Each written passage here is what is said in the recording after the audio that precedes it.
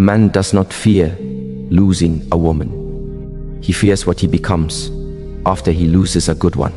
Tell me, why does silence haunt him more than her words ever did?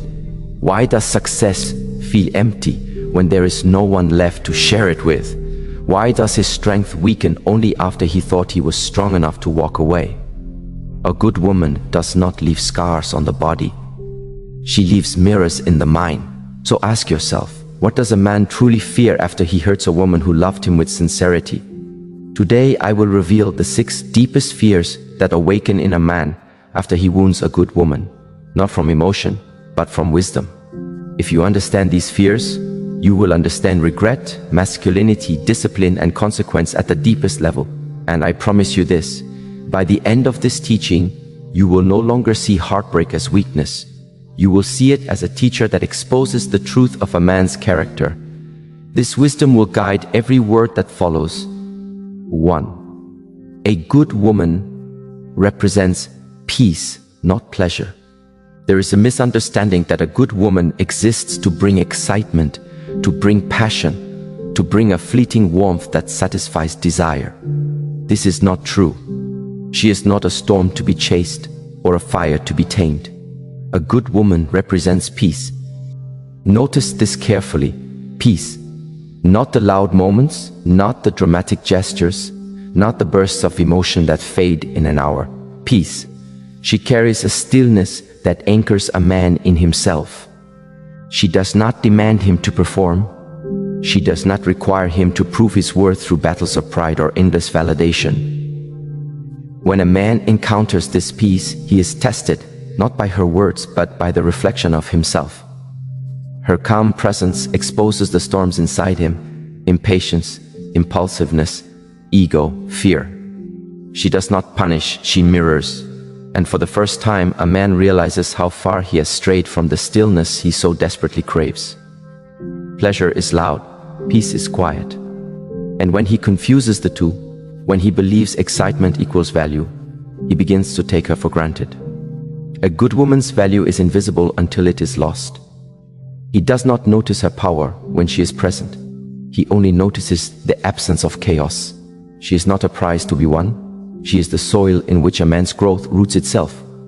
To hurt her is to uproot the calm that stabilizes his mind and disturbs a quiet strength he did not know he needed.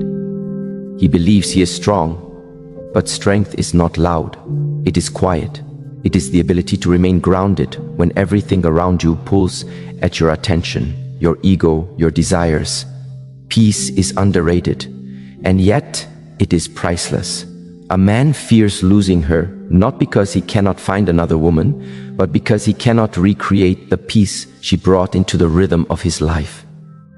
When that peace is gone, all the noise, all the empty achievements, all the distractions feel heavier. They press down on him like stones, unyielding, undeniable. And here is the subtle truth. The moment a good woman leaves, he is left to face himself, not her.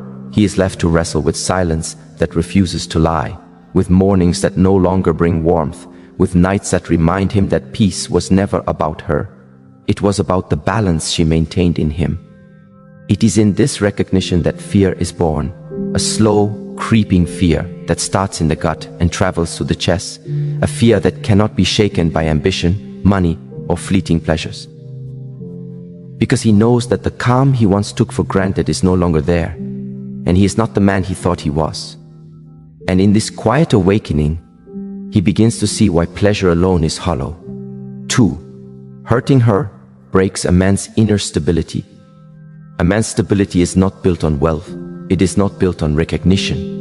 It is not built on skill or reputation. True stability is built on harmony within himself, and harmony is often reflected in the presence of a good woman. When he hurts her, he does not merely cause her pain. He disrupts the quiet architecture of his own inner world. Every insult, every neglect, every dismissive action becomes a tremor in the foundation he believed unshakable. Notice how this works. Outwardly, he may appear composed. He may continue with his work, his routines, his daily victories. Yet internally, a fracture begins to form. Decisions feel heavier, emotions feel sharper, regrets come uninvited in the stillness of night. His mind becomes a battlefield of pride and guilt, of denial and longing. Hurting a good woman is like removing the anchor of a ship. The waves that were once manageable now rise without warning. The winds he once could navigate suddenly overwhelm him. Stability is not lost in an instant. It is lost gradually, almost imperceptibly, until one day he wakes and realizes that he no longer recognizes the ground beneath his feet. Every confident choice he made begins to feel hollow. Every achievement feels incomplete. He becomes a stranger to himself, haunted by the echoes of her calm, her wisdom, the way she reminded him of who he could be. And here is the cruel paradox. He fears losing control, but he already has lost it. The control he clung to, over outcomes, over perception, over his environment, is meaningless when inner stability has fled. He begins to understand that hurting her was not a rebellion, nor a victory. It was the destruction of a sanctuary he never fully appreciated.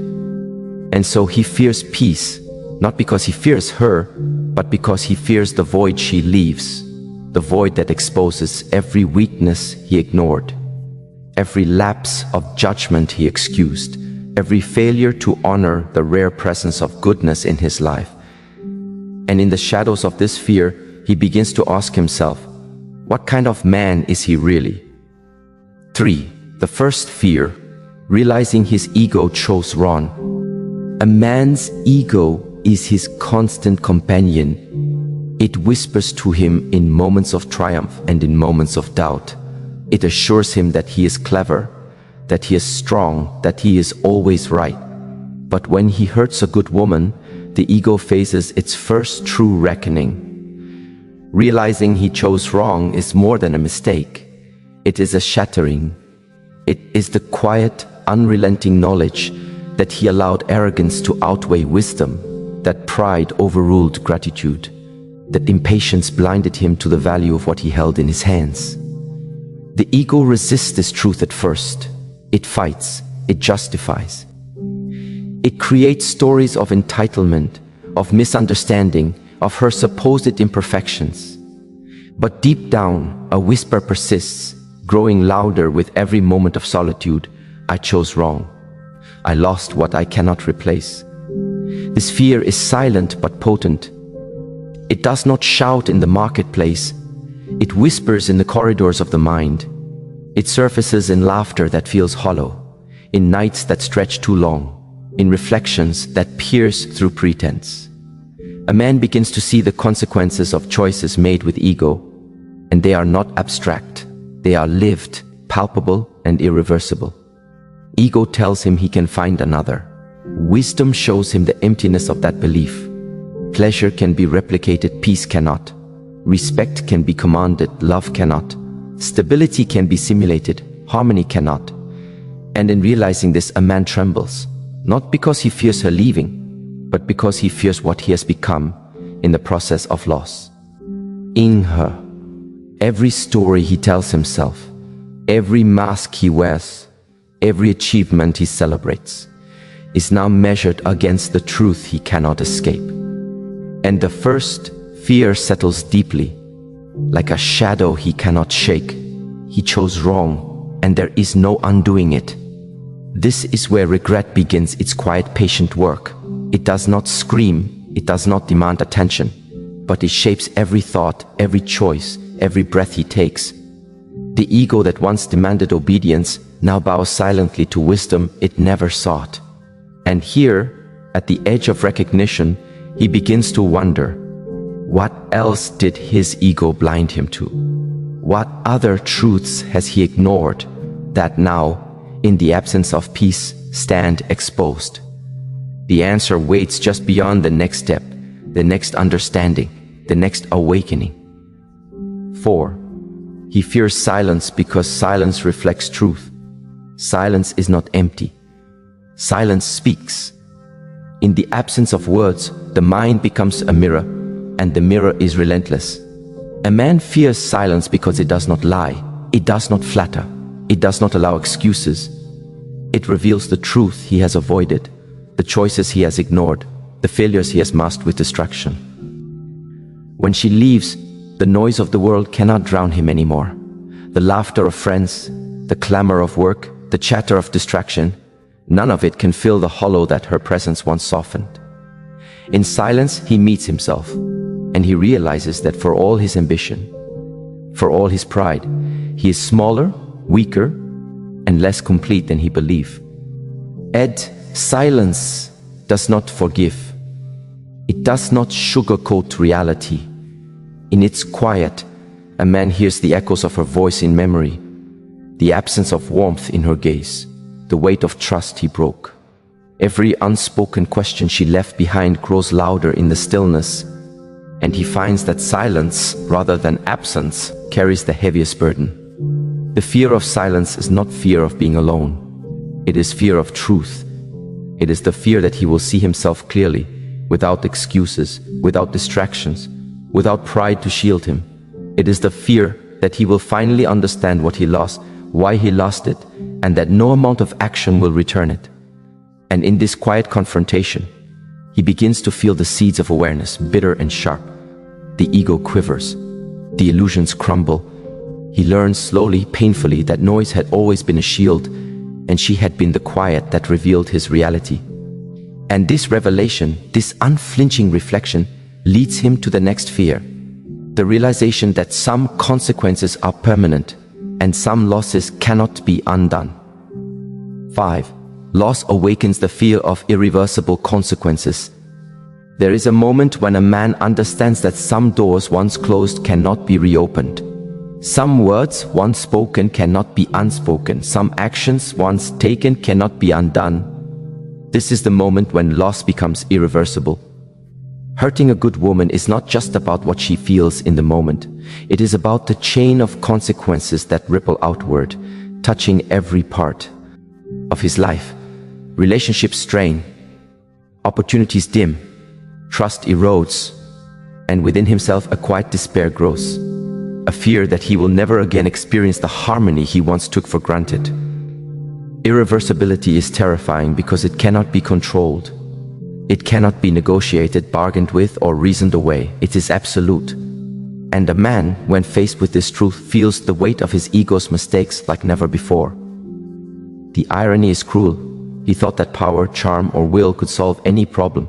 He thought that mistakes could be hidden, repaired, or dismissed. But some losses are final.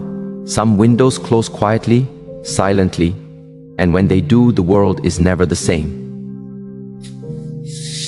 He begins to see the emptiness of pride, the futility of stubbornness, and the illusion of control he so desperately clung to.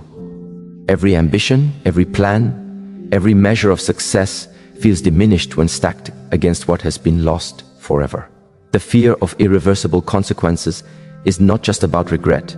It is about accountability. It is about the inescapable recognition that life does not rewind, that actions once taken become permanent imprints, that the world, indifferent to desire, continues without pause while he wrestles with the choices he cannot reclaim. And in this awareness, he realizes there is yet another fear waiting, the fear of encountering another woman who will reflect what he destroyed, a living reminder of what he cannot retrieve. 6. He fears meeting another woman who NDS him of what he destroyed. There is a fear deeper than loneliness. There is a fear sharper than regret. It is the fear of encountering someone who embodies what he once rejected, what he once harmed, what he once took for granted. Another woman may appear ordinary to the world, yet to him, she becomes a mirror. She reflects the love he failed to nurture, the respect he failed to earn, the patience he failed to practice. In her presence, he cannot hide. He cannot distract himself with ambition, with charm, with excuses. He sees what he lost and what he cannot replace. This fear is quiet, but it is relentless. It lingers in public spaces, in private thoughts, in the shadowed corners of memory.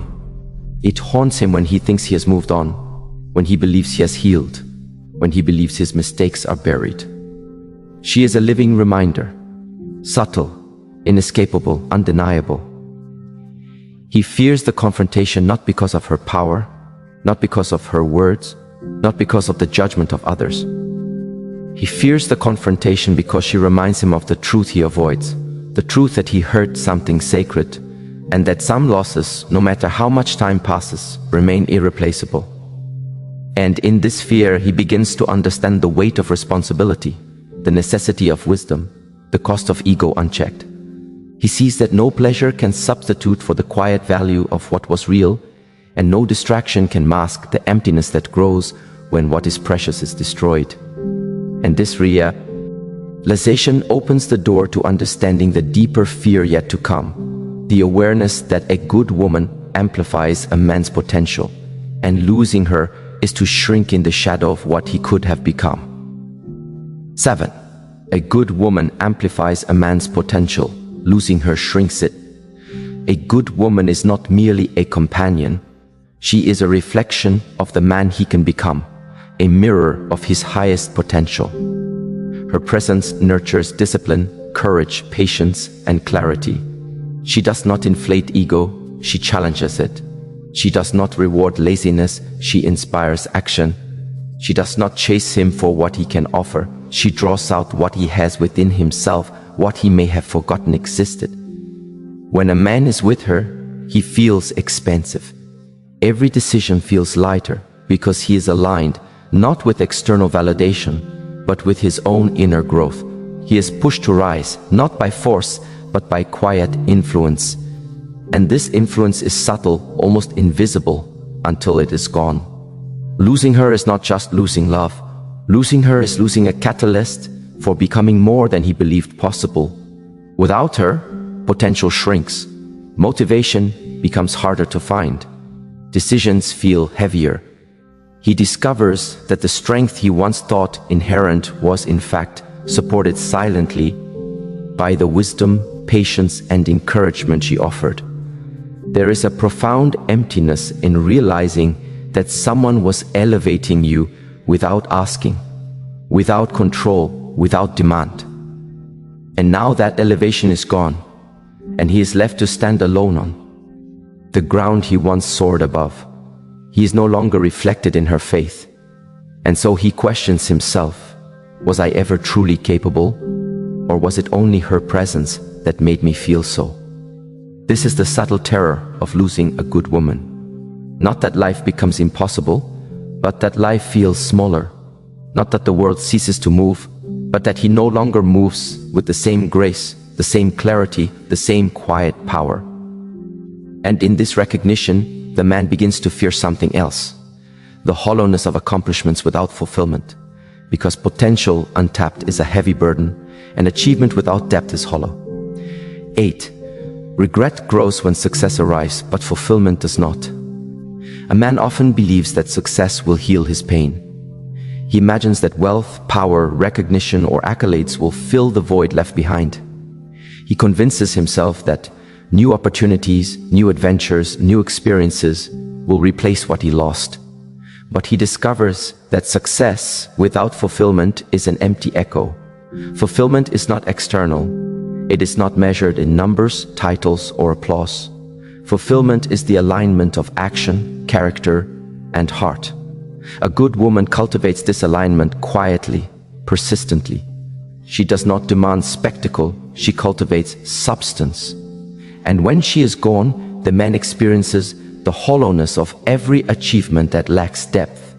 He may climb mountains, acquire wealth, or gain recognition, but the victory feels muted. Every applause feels distant, every accomplishment feels incomplete. Success becomes a mirror, reflecting what he lost rather than what he gained. The higher he climbs, the more he feels the emptiness below him. Regret is patient. It does not announce itself in moments of despair alone. It whispers in quiet triumphs, in reflective nights, in fleeting satisfaction. It grows when the man realizes that external gains cannot substitute for the presence of someone who nurtured the depth of his being. And in this growth, a man begins to recognize a painful truth. The pursuit of success without respect for the good around him magnifies loss rather than diminishes it. Achievements that once seemed triumphant now feel hollow, because the person who would have celebrated them with him, who would have grounded him, is gone. And as regret settles deeper, it awakens another fear. The fear that emotional accountability is heavier than loneliness, that the weight of what he has done is not measured by absence alone but by conscience and self-recognition. 9. He fears emotional accountability more than loneliness. Loneliness is external. It can be masked, avoided, or distracted. Emotional accountability is internal. It cannot be hidden, bargained with, or silenced. A man fears it because it forces confrontation with every choice, every failure, every breach of trust he once ignored. Hurting a good woman is never only about her feelings. It is a reflection of his own flaws, pride, impatience, disregard, fear, or immaturity. Emotion. Accountability does not come in moments of confrontation alone. It comes in quiet reflection, in self-awareness, in the realization that he cannot escape himself. He fears the questions he cannot answer. Why did I not see her value? Why did I take what was sacred for granted? Why did I allow my ego to override my wisdom? These are questions that no apology or distraction can fully answer. They linger, echo, and press into his consciousness until he cannot ignore them. The weight of accountability is heavier than any external loneliness because it is inescapable. It does not vanish when the phone is turned off, the workday ends, or the room is crowded. It resides in the quiet, in the reflection, in the awareness that he must now live with the consequences of his choices. This fear is subtle but profound. It is not a moment of panic. It is a persistent, patient awareness that shapes his decisions, alters his character, and forces growth. The man realizes that what he feared losing externally, the companionship, the peace, the love, is now amplified internally in the form of responsibility and awareness. And in this deep confrontation, he begins to understand the next truth. The absence of guidance, the lack of nurturing, and the loss of respect expose unhealed immaturity, revealing a gap in character that cannot be ignored, a space where wisdom must grow or collapse. 10. Discipline weakens when there is no one left to protect. Discipline is not merely habit. Discipline is purpose. Discipline is a silent strength that holds a man together when chaos surrounds him. But the presence of someone good, someone unwavering, often acts as a quiet catalyst for discipline. She does not enforce it. She does not demand it. She reflects it. When a good woman is gone, a man loses more than her companionship. He loses the silent reason that anchored his choices, the unseen motivation that gave structure to his efforts, the discipline he once held for her, for their shared growth, for the respect he owed, begins to waver. Actions that once required focus now feel tedious. Patience that once came naturally now feels strained. The absence of her influence exposes the fragility of discipline built without deeper purpose. Without someone to honor, without someone to protect, the mind drifts, the heart becomes restless, and routines that once seemed effortless crumble. A man discovers that strength is relational. It is nourished by care, by responsibility, by presence. When these vanish, what remains is a hollow, unmoored self. And this weakening is subtle at first. It hides behind busyness, behind achievements, behind distractions. But over time, it reveals itself in small ways. Promises broken, tasks abandoned, words spoken without thought. The man begins to see that without someone worth protecting, his inner fortress begins to leak. And in the quiet of realization, he senses another fear creeping in. The fear of becoming the villain in his own story, a man defined not by potential or growth, but by neglect and absence. 11. A man fears becoming the villain in his own story. We often think that villains are external, that failure is something inflicted upon us. But the deepest villainy is internal. It is the slow corrosion of integrity, the betrayal of one's own values, the quiet surrender to ego over wisdom. Hurting a good woman plants the seed of self-villainy. Every dismissive word, every thoughtless act, every moment of impatience or pride writes a chapter he will read alone, in silence, in reflection. The hero he imagined himself to be fades, replaced by a man who recognizes his flaws too late, who sees the destruction he caused not as circumstance, but as choice. This fear is insidious because it does not scream, it whispers. It surfaces in memory, in success that feels hollow, in nights that stretch too long. It confronts him with questions that have no easy answers. Was I fair? Was I wise? Was I enough? And the irony is sharp. He fears being judged by others, but the judgment that matters most is his own. He sees himself clearly, stripped of excuses, stripped of pride, and he realizes that the villain was never outside. It has always been within. The realization is humbling. It is painful. It is a fear that shapes every action, every thought, every attempt to rebuild. And in this awareness, a man begins to see that respect lost internally is heavier than respect lost externally. 12. Respect lost internally is harder. The respect lost externally. External respect can be regained. A reputation can be rebuilt. A position can be restored. But internal respect is fragile, delicate, and far harder to reclaim. When a man hurts a good woman, he loses more than her trust. He loses a part of himself, the self that knows what is right, the self that honors values, the self that acts with wisdom rather than ego. Internal respect is not performative. It cannot be faked, bought, or displayed. It exists in quiet moments, in reflection, in decision, in acknowledgement of truth. Once lost, it creates a persistent ache, a gnawing awareness that lingers in every choice. A man may speak with confidence, act with authority, or achieve outwardly, but inwardly, he feels diminished, fragmented, unmoored. This is why hurting a good woman is so perilous. It fractures not just the relationship, but the moral and emotional architecture of the man himself. The weight of lost respect does not disappear. It shadows success, it clouds judgment, it amplifies regret. And in this shadow, a man begins to confront the truth that lies at the heart of wisdom. Without internal respect, every achievement, every relationship, every word is diminished. Without it, the ego reigns unchecked, yet it is hollow, empty, and unsatisfying. And here, at the edge of self-awareness, he begins to glimpse the next awakening, that the judgment he fears most, the consequence he cannot escape, is the one he carries silently within. 13.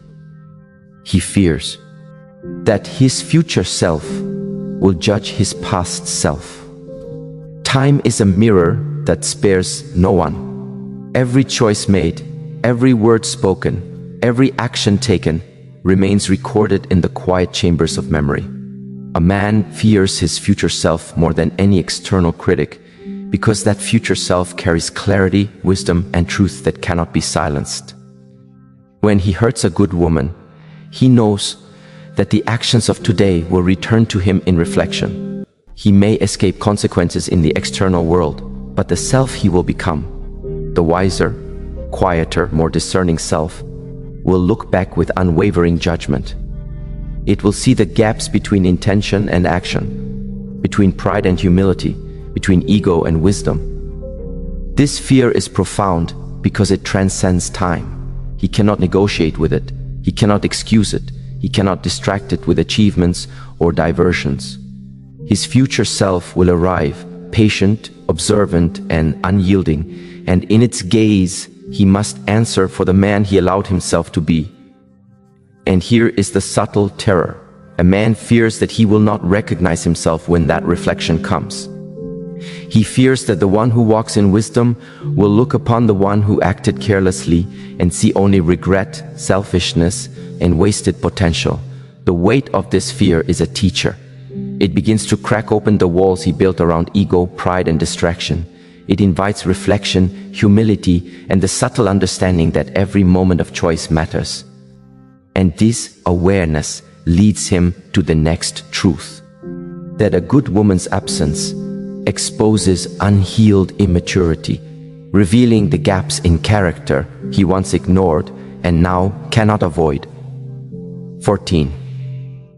A good woman's absence exposes unhealed immaturity. Immaturity is not always loud. It hides behind confidence, behind charm, behind fleeting victories. It thrives in distraction and denial. But when a good woman leaves, the absence she creates is like sunlight through a darkened room. It illuminates every corner, every flaw, every lapse that the man ignored. He begins to see his impatience, his impulsiveness, his inability to listen, his need for constant validation. He notices the small ways in which he demanded more than he gave, the subtle neglects, the moments of selfishness he excused as normal or trivial. Every unhealed wound, every unresolved lesson, every hidden flaw becomes vivid, undeniable, impossible to ignore. This exposure is uncomfortable, even painful. It forces confrontation with parts of himself that he preferred to ignore. He realizes that maturity is not about age, experience, or success. It is about presence, awareness, and the capacity to honor what is rare and valuable. Her absence becomes a lens through which he sees the man he was. Not the man he wanted to be, not the man he pretended to be, but the man he actually was. And this truth cannot be softened. It cannot be disguised. It is as raw as the empty space she once occupied, and it stirs within him a restless awareness. Growth cannot occur without honesty and hone. Style demands discomfort, and this discomfort, when fully felt, opens the door to the next fear, the realization that masculine strength without wisdom leads to self-sabotage, that raw power is meaningless without restraint and insight. 15. Masculine strength without wisdom leads to self-sabotage. Strength alone is not enough. Physical power, ambition, skill, or authority can open doors, conquer challenges, and gain temporary victories. But strength without wisdom is a dangerous thing. It becomes impulsive, destructive, and blind to consequence. Hurting a good woman often reveals the hollowness of such strength. A man may have believed himself capable, invincible, dominant, unshakable. Yet in her absence, he sees how easily ego overrode judgment, how unchecked desire led to harm, how his actions undermined the very foundation of his life and relationships. Strength without wisdom is like a river without banks. It flows, powerful, relentless, but it floods and destroys all in its path. The man experiences the consequences slowly: trust broken, potential diminished, opportunities narrowed, inner peace lost. And he realizes that no display of power, no accumulation of success, no outward appearance of control can undo the damage caused by blind strength. Wisdom provides direction. It tempers action. It aligns power with purpose. Without it, strength becomes a tool of self-sabotage, and the man sees clearly the gap between what he believed he was capable of and what he actually achieved when ego ruled over insight. And in this painful realization, he is forced to confront the next awakening, the fear that love may never return in the same form, that some losses are permanent, and that some lessons are learned only through deep consequence. 16. He fears that love may never return in the same form. Love is not a simple thing. It is not a fleeting pleasure, a passing warmth, or a transactional exchange. Love is a mirror, a teacher, a force that shapes the very fabric of a man's being. And when he hurts a good woman, he awakens a fear deeper than regret, deeper than loneliness, deeper than failure, He fears that love may never return in the same form. This fear does not announce itself with fanfare. It begins quietly, like the slow seep of water through stone. At first, he dismisses it, believing that love is infinite, that the world is abundant, that the heart is resilient. He tells himself that someone else, somewhere, could bring back the warmth, the connection, the depth that he lost. But over time, he begins to notice subtle truths. He notices that love is not merely about being present. It is about trust. It is about consistency. It is about the rare alignment of two hearts willing to grow together. And he begins to see that what he had, what he broke, what he neglected, cannot be simply replaced by another encounter, another affection, another fleeting connection. The fear grows as he recalls the moments he took for granted. The way she listened, without judgment. The patience she offered in silence. The encouragement she gave in subtle ways, nudging him toward better versions of himself. He realizes that her love was not generic. It was intentional, carefully woven into the rhythm of his life, attuned to the cadence of his heart. And now that she is gone, he feels a void that no charm, no conquest, no achievement can fill. He begins to understand a painful truth. The love he lost was irreplaceable, not because she was perfect, but because she was unique in her understanding, her patience, her capacity to nurture and elevate him simultaneously. This fear is compounded by the way memory works. Memory does not merely recall events, it recalls essence. It recalls the subtle warmth of a glance, the resonance of laughter, the quiet reassurance of presence. And memory does not fade as easily as he hopes. It lingers sharp and clear, reminding him that love, when real, is not just a feeling, it is a foundation upon which character, purpose, and growth are built. He fears that in attempting to find love again, he will encounter imitation rather than authenticity. He fears that hearts similar in outward appearance may not hold the same depth, the same patience, the same capacity to reflect his growth and challenge his ego. He fears that another love, no matter how sincere, will feel hollow because it is not the love he damaged, the love he betrayed, the love he abandoned through carelessness or pride. And this fear is not idle. It shapes his behavior in subtle, relentless ways. He hesitates to trust. He measures affection with skepticism. He overanalyzes gestures and words, searching for echoes of what he lost, searching for signs that love can still be as profound as it once was. Every smile he receives, every hand extended toward him, is filtered through the lens of what was broken. He begins to see the fragility of connection, the delicate balance that love demands, and he realizes how easily he disrupted it. Love, he learns, is both a gift and a responsibility. To receive it is a blessing. To honor it is a discipline. And to violate it, even once, is to awaken consequences that echo through years, whispering reminders of what was lost and what may never return. The fear of irrevocable absence presses on him. It shapes decisions, curbs impulses, and colors the way he views relationships yet to come.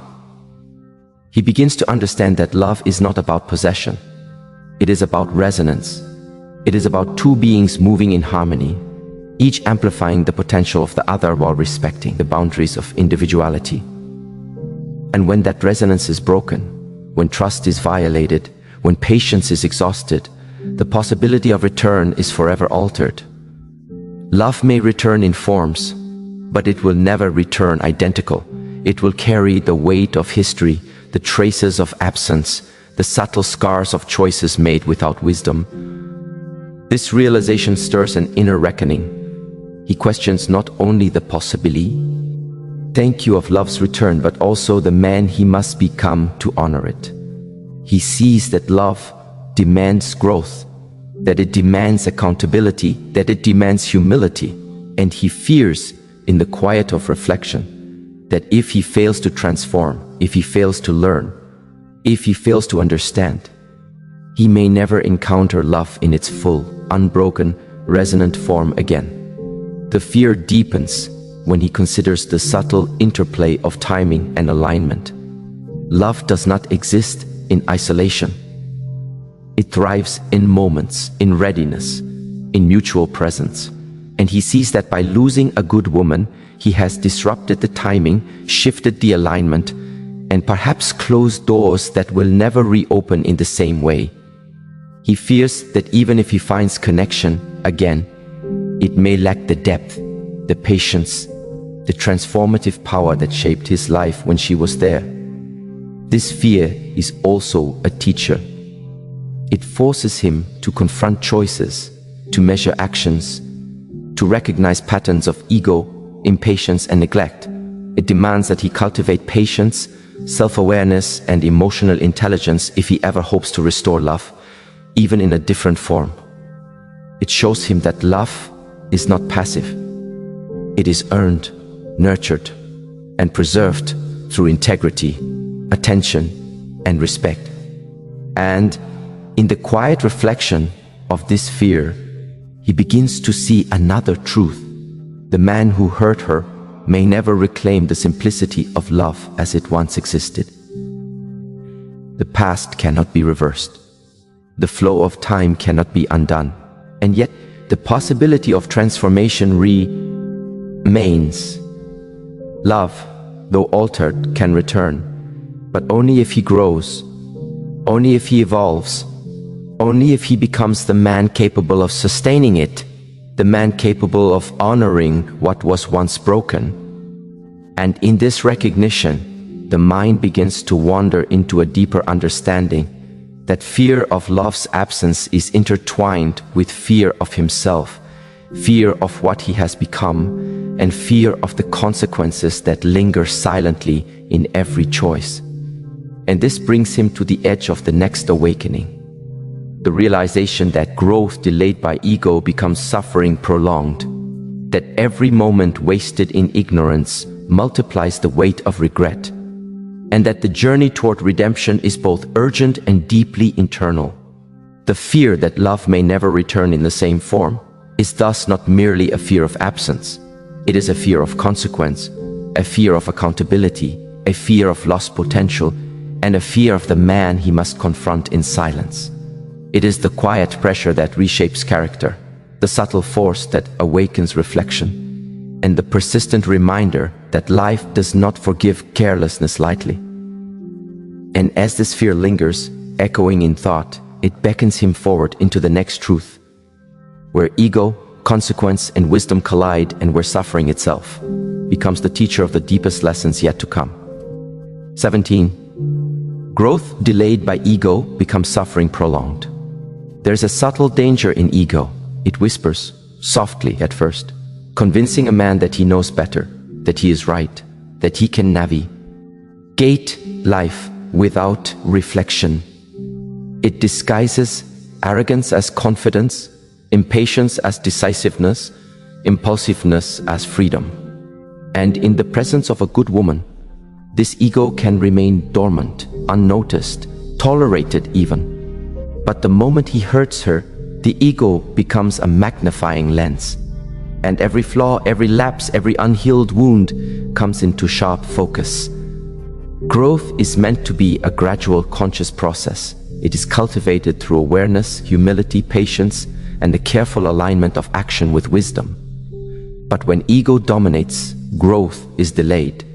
The man believes he knows, believes he is strong, believes he is invincible. He excuses mistakes, he rationalizes neglect, he dismisses guidance. And in this dismissal, the lessons that could have arrived quietly are postponed, leaving the man unprepared for the weight of consequence. When a good woman leaves, she does more than create absence. She illuminates the gaps in maturity, the lapses in judgment, the unhealed corners of a man's character. And if growth has been delayed by ego, the result is suffering prolonged. What could have been a quiet awakening becomes a storm of regret. What could have been an opportunity for reflection becomes a relentless teacher of pain. The suffering is not immediate or dramatic. It arrives slowly, patiently, like a tide creeping over a shoreline. He experiences it in restless nights, in moments of isolation, in fleeting connections that feel hollow. He notices that success is less satisfying, that praise rings hollow, that achievements feel smaller than they once did.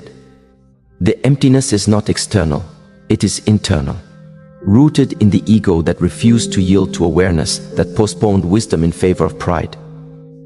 Ego distorts perception. It convinces a man that he is strong even when he is weak, that he is complete even when he is fractured, that he is wise even when he is blind. And when a good woman departs, the distortion is stripped away. Reality confronts him. He sees clearly the consequences of delayed growth, lost potential, fractured relationships, diminished trust, and a haunting awareness that time, once wasted, cannot be reclaimed. There is a quiet irony in this suffering. Ego, which once shielded him from humility, now amplifies the pain of reflection. He sees the patterns he ignored, moments of impatience, decisions made in pride, opportunities squandered through inattention. And with each recognition comes a deeper, more resonant understanding that the suffering he experiences is not punishment. It is the natural outcome of delayed growth, the inevitable product of choices filtered through ego rather than wisdom. This suffering forces him into confrontation with himself. He cannot blame others. He cannot rewrite history. He cannot avoid the truth. Every thought, every reflection, every quiet evening alone becomes a mirror in which he sees the man he has been, the man he has allowed himself to become, and the man he must now strive to be, the prolonged nap. Cure of this suffering is its most profound teacher. It does not relent. It does not comfort. It does not apologize. It persists, patiently, allowing a man to examine every corner of his character, to measure the consequences of pride, to feel the weight of neglect, and to recognize the fragility of potential left unrealized. Ego delays growth because it fears reflection, it fears accountability, it fears the quiet illumination of truth. And when that reflection finally arrives, it does so with intensity. The man is confronted not only with what he has lost externally, but with what he has failed to cultivate internally. The absence of love, trust, respect, and peace becomes a teacher of extraordinary rigor, forcing him to confront ego, humility, patience, and the alignment of action with wisdom. He begins to see that suffering, when prolonged by ego, is both punishment and opportunity. It is punishment in the sense that every regret, every sleepless night, every hollow victory reflects the cost of delayed growth. But it is opportunity in the sense that awareness has arrived, however late, however unwelcome, and the chance for transformation remains. The man may choose to yield, to reflect, to cultivate wisdom, or he may continue in defiance, allowing ego to prolong suffering indefinitely. And in this reflection, he begins to understand a subtle yet profound truth.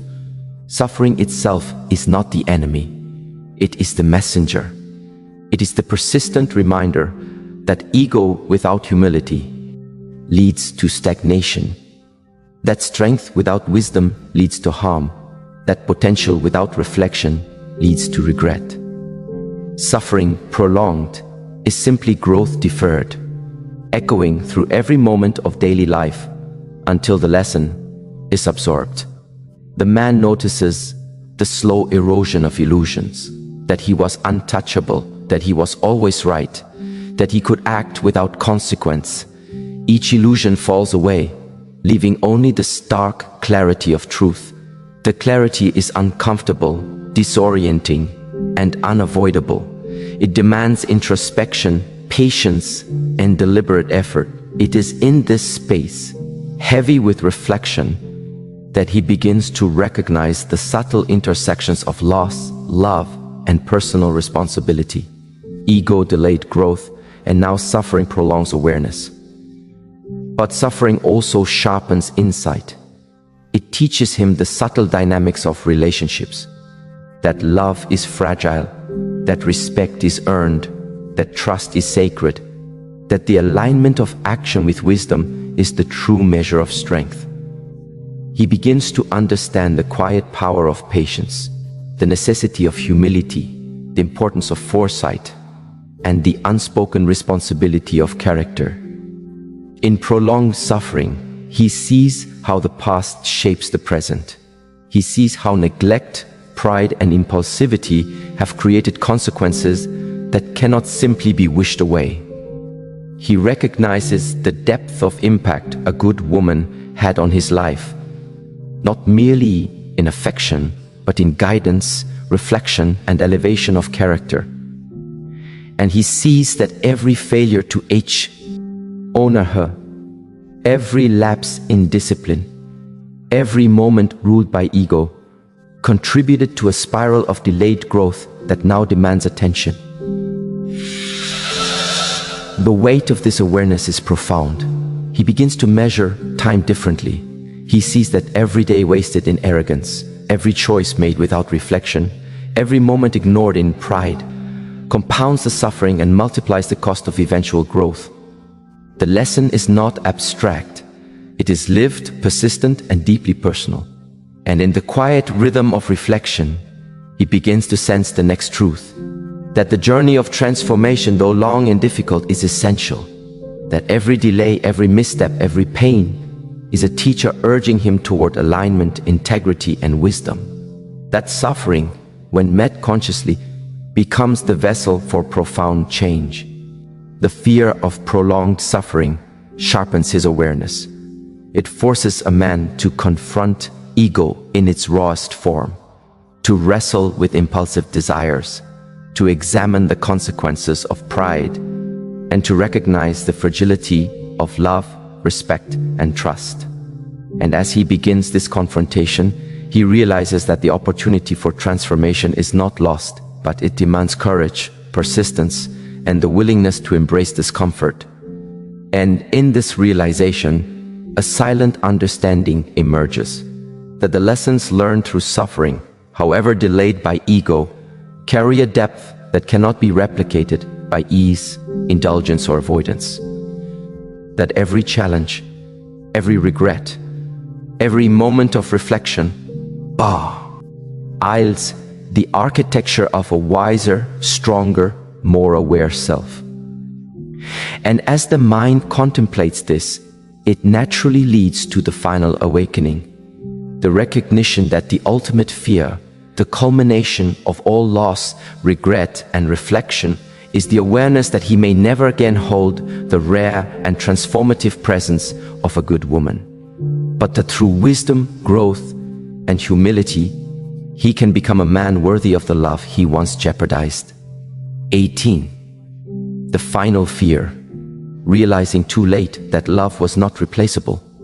There is a fear that surpasses regret, surpasses loneliness, surpasses every shadow that follows a man who has hurt a good woman. It is the fear of understanding, in the quiet of reflection, in the absence of distraction, in the weight of solitude, that love, real, profound, transformative love, is not replaceable.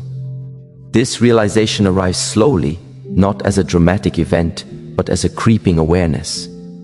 At first, it is subtle, a pause in conversation, a flicker of memory, a realization in the hollow echo of empty rooms. He may attempt to fill the void with distractions, success, admiration, wealth, superficial relationships, but the echo returns, persistent, undeniable, reminding him that what was lost was unique, rare, irreplaceable. A good woman is not merely a partner. She is a presence that shapes a man's world. She offers insight without demand, patience without weakness, guidance without imposition. Her influence permeates the rhythms of life, the way he thinks, the way he, the depth of his emotions, the clarity of his purpose. She holds a mirror to his character, reflecting both strengths and flaws, and she does so with a quiet, unwavering presence that cannot be duplicated. When that presence is gone, he begins to see the fragility of all substitutes.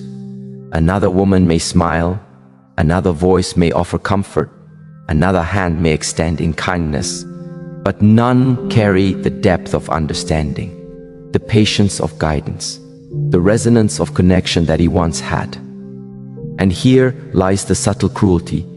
He realizes that love is not merely an exchange of affection. It is a co-creation of growth, trust, and alignment. Once broken, it cannot be replicated in its original form. He begins to understand why replacement is impossible. Love is not transactional. It is not something that can be obtained again with charm, wealth, or effort. It is cultivated over time, nurtured through trust, anchored in mutual growth. And when he destroys it through carelessness, pride, or ego, he fractures not only the bond but the very structure through which such love exists. This fear, the realization of irreplaceability, awakens in quiet moments. A morning that arrives too early, a night that stretches too long, a memory that lingers like smoke through a room. He sees moments he cannot reclaim, conversations that cannot be repeated, gestures that cannot be restored. The uniqueness of what was lost confronts him. No one else can replicate the combination of understanding, patience, and insight she offered. And with this realization comes a deeper, more reflective pain. He begins to see the patterns of his own actions, the subtle lapses in judgment, the moments of ego-driven impatience, the choices made without awareness of consequence. Each memory, each reflection, each whisper of the past becomes a teacher, showing him the ways in which he contributed to the loss. And in this confrontation, the depth of the fear grows, not merely fear of absence, but fear of self, fear of choice, fear of the irreversible truth. A man recognizes that some lessons are learned only through absence, that some awareness comes only through the quiet intensity of regret, and that some love, once harmed, cannot return to its original form. He sees clearly that the life he once shared with her was not ordinary. It was rare, it was transformative, and he sees with clarity the price of failing to honor that transformation. This realization forces him into silence, the kind of silence that cannot be filled with words or noise. It is a reflective, meditative silence that presses into the core of being. He begins to understand that irreplaceable love is not about possession or desire. It is about resonance. It is about two beings moving together in harmony, amplifying each other's potential, shaping each other's character, challenging each other to grow. And the absence of this resonance leaves a hollow echo that nothing else can replicate. He may attempt to distract himself with fleeting pleasures, but the hollowness persists. He may seek new experiences, new connections, new achievements, but they all carry the weight of comparison to what was unique. The fear of irreplacement is amplified in these attempts because it reminds him that he cannot manufacture the rare alignment he once had. It reminds him that love is not merely given or received. It is earned, nurtured, and preserved through deliberate action, patience, and humility. And as he contemplates this, he begins to see the subtle ways in which life mirrors his choices. The opportunities that were once shared are no longer aligned. The conversations that shaped understanding are absent. The quiet presence that offered grounding and perspective is gone. Every reminder is a reflection of the choices he made, and every reflection is a teacher demanding awareness, patience, and change. This fear is unlike others because it is both silent and persistent. It does not scream. It does not demand immediate reaction. It whispers, it lingers, it infiltrates thought, emotion, and memory. It reminds him that some things, once broken, cannot be restored. And it compels a man to reflect not only on love lost, but on the character required to honor such love if it were ever encountered again. The magnitude of this fear also reveals the profound nature of wisdom. He begins to understand that ego, impulsiveness, and pride were the architects of loss, that moments of impatience, neglect, and disregard created consequences that are permanent, that the absence of intentional growth transformed what could have been enduring connection into a lesson in reflection, humility, and responsibility. And in this reflection, he sees the subtle intersection of regret and potential. Regret for what was lost and potential for what he may still become. He begins to recognize that while love may never return in its original form, the man who truly absorbs this wisdom can cultivate presence, patience, and character capable of sustaining love in the future. But the key is transformation, the slow, deliberate evolution of self that aligns ego, discipline, insight, and heart. He realizes slowly that suffering has been a teacher all along, that absence is a mirror, that regret is a compass, and that the irreplaceable nature of love is not a curse but a profound guide.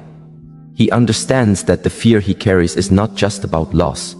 It is about responsibility, about growth, about the cultivation of a self worthy of connection, depth, and resonance. And here, the ultimate lesson crystallizes: the realization that love, once harmed, may never return in the same form forces a man into the quiet work of becoming. It demands awareness, discipline, humility, and patience. It demands that he face ego, confront consequence, and accept the permanence of certain choices. And it teaches him that while absence cannot be undone, transformation is possible. And through transformation, the weight of irreplacement can be honored. And the self rebuilt in alignment with wisdom.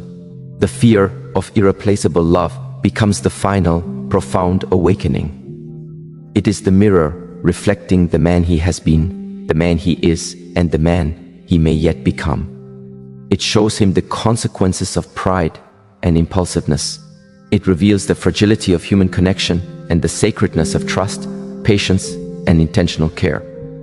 It illuminates the depth of wisdom required to sustain relationships, elevate character, and cultivate resilience in the face of irreversible loss. And in this awareness, he is invited into a deeper silence, the silence where reflection transforms into resolve, where regret transforms into wisdom, and where fear transforms into the motivation to live, act, and love with integrity, presence, and consciousness, so that the lessons of irreplaceable love echo through every action, every thought, and every choice he makes henceforth. This fear, the final fear, is not merely the shadow of loss. It is the guiding force that illuminates the path of growth, the compass pointing toward alignment, character, and the cultivation of a life capable of honoring what is rare, precious, and transformative. And as the awareness deepens, he begins to see the subtle truth beneath all fear, all absence, all regret, that the man who embraces the lesson, who absorbs the weight, and who cultivates wisdom becomes the man capable of meeting love again. Not as it was, but as it must be, transformed by understanding, integrity, and presence. The journey through fear, loss, and reflection reveals one undeniable truth: the value of a good woman cannot be measured by presence alone.